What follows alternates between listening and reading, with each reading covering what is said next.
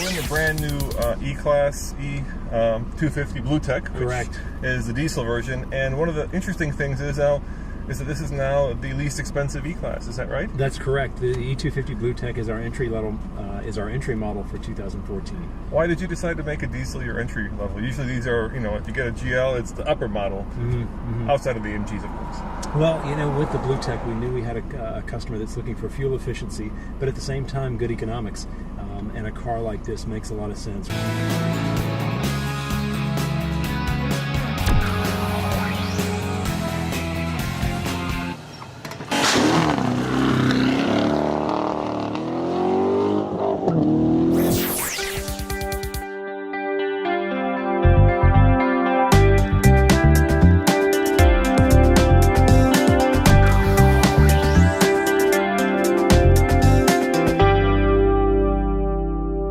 Mercedes has been doing diesels for a long time. Right. Almost We since the invented the beginning. diesel. I was going to say. We invented it. So.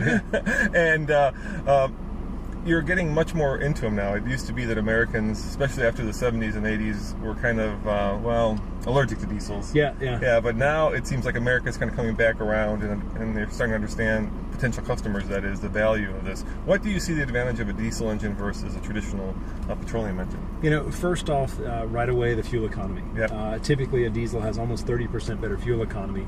But on top of that, just the way the car drives is very well suited for U.S. market. It's a lot of torque, low down in the rev range, so really stoplight to stoplight, you feel that great power. So you really are able to take advantage of a diesel, and that fits the U.S. driving style very well. Also, long-term durability. We've got, obviously, as you mentioned, a great history with diesels, and knowing that we have great durability with this engine. So there's just a lot of things that stack up well for the U.S. market. And with more people coming to bat with diesels, even with our competition, we see that actually as a good thing, because to get the word out about diesel, we feel like that's really going to help us.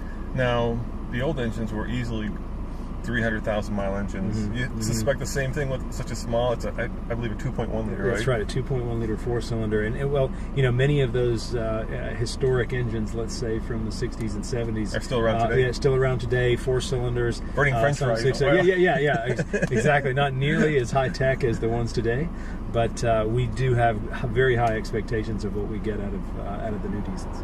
And let's talk about the E-Class. I believe it came out originally, this version, or at least the last version, 4 years ago. That's right, in 2009. Right. We launched this generation of the E-Class. Internally, we call it the 212. That's our internal designation. But with the model year 14, we have the most significant redesign with this new E-Class that we've had in our history. So whether it's exterior, we see that instantly recognizable as an update to the car. Yeah, I noticed that the front is much sportier. Yeah, sportier front end design, really a little bit more aggressive. Exactly, from the A-pillar forward, everything is new. And with the sport model, we've had the sport luxury strategy that we've had since we launched this version, and now we get a little bit more differentiation with the integrated star in the grille versus the stand-up star. So that does give it a sportier look. And to be fair, worldwide, there's regulations that don't allow those anymore, right? They're dangerous. Well, they're getting that way. Yeah. We're still able to do it. So if you get a luxury version, you have the stand-up star as well.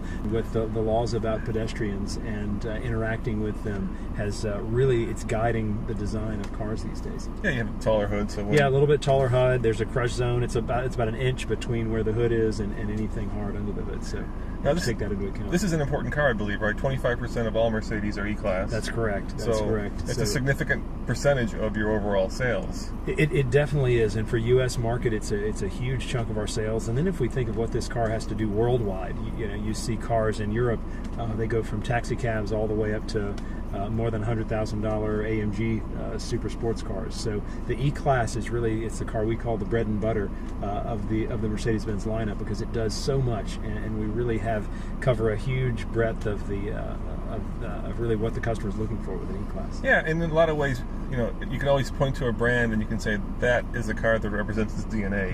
And maybe with Mercedes it might be the SL, because that's kind of sporty, sexy. Yeah, sure. Yeah, but in a way I think this is a car. Well, in the E-Class, because it's not really, it's not every man's car, but it is a car that people can aspire to. And there's such a you could stay in, and you're right, you could stay in this car. You could stay in some version of the E-Class the entire time you want a car, because now we've got convertible, you've got a coupe, you've got a sedan, and a station wagon. So it really does cover such a large area. And you can also get your 4MATIC system, right, in these cars.